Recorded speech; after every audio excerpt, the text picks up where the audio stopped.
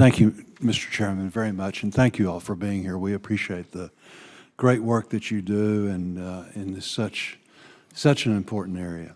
Last year in front of this committee, I mentioned the Air Force selecting Ebbing Air Force Base in Fort Smith to serve as the home of the F-35 training mission, and that's certainly important to our allies, but it's also so important to our own national security. As you know, the Corps Little Rock District is responsible for new construction for this mission and will be tasked to meet tight turnarounds. And again, the Colonel is doing a great job. I guess I just wanted to visit a little bit. Can you provide us any updates regarding the execution of the project? Is everything going well with your relationship with the Air Force? And Yes, sir, that part's going fine. The CR is having an impact. So certainly I want to acknowledge the importance of this program.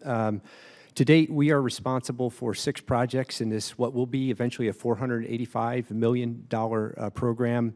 From the Air Force, we received $10 million of that $485 to begin design. We're ready for the next installment of about $3 million to wrap up PED and get going on those first contracts. Very good. Well, thank you very much. General Spellman, Assistant Secretary Connor, as you know, we are in a situation where Phase 2 of Three Rivers on the MCARNs needs to be completed and thereby avoid any further construction delays and cost increases. The MCARNs is a vital component of the economies of Arkansas, Oklahoma, as well as Kansas, in fact, the nation. Losing navigation on the entire MCARNs would cost over 6,000 jobs and cause national GDP decline by $723 million. A critical failure on the system could result in it being shut down for months, and even a temporary shutdown could put future use of the system at risk. It's my understanding that there is a unanimous support from industry and the delegation regarding the movement of 12-foot deepening project funds transferred to complete Phase 2 of Three Rivers. If this is the case, can you tell us about the reallocation, why it hadn't occurred, or your concerns about that? Senator, we have the opportunity to finish that project, and we want to do that and ensure we don't have any additional cost increases. So, as of today, we have reallocated that money, made the necessary, informing Congress of the reallocation of $83 million from the MCARN's 12-foot deepening project that can't be used anytime soon over to the project that will allow us to initiate the contracting action to be done by the end of this year to make sure, I think it's $113 million left to fully complete that project. We will find the additional resources to do that, but that action is effective as of today. Good. Thank you very much. And Senator, I would just add, we have all the funding that we need this year to continue on with NEPA. We have a lot of NEPA work to do, and then also preliminary engineering and design for this deepening. We have the funds we need right now to keep moving forward. No, we appreciate it. You all have been so helpful in that regard. So, again, thank you very, very much. Thank you. Material, labor, supply chain costs are impacting everyone, not just entities involved with construction.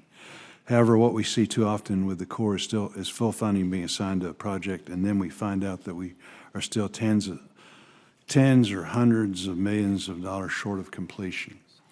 General Spellman, Assistant Secretary Connor, how can we collectively do a better job at forecasting future costs so we execute more projects on time and budget? I'm familiar, I'm more than familiar in the sense that I have the military construction part of the appropriations with Senator Murray, and we run into these problems all the time. Do you have any suggestions for us? Yes, sir. First, we are changing the way we report cost estimates both to the Secretary and to Congress, and you'll see that in this next round of chiefs reports that come before you for WRDA 24. In the past, we have done a design through the midpoint of construction, and we come back and tell Congress and Secretary Connor with 3 decimal points what we think it's going to cost. We're going to continue to do that. The law requires it, but we're also going to give you a range of the potential costs and the assumptions that go into our cost estimates. So we're doing a lot internally to the Corps to get after this. We are not the only we're not the only agency, construction agency dealing with this, but you have our commitment to continue to work. Can I just add real quickly? I think, one option, the Corps, as General Spellman mentioned, is doing a lot of actions to improve the cost estimating process.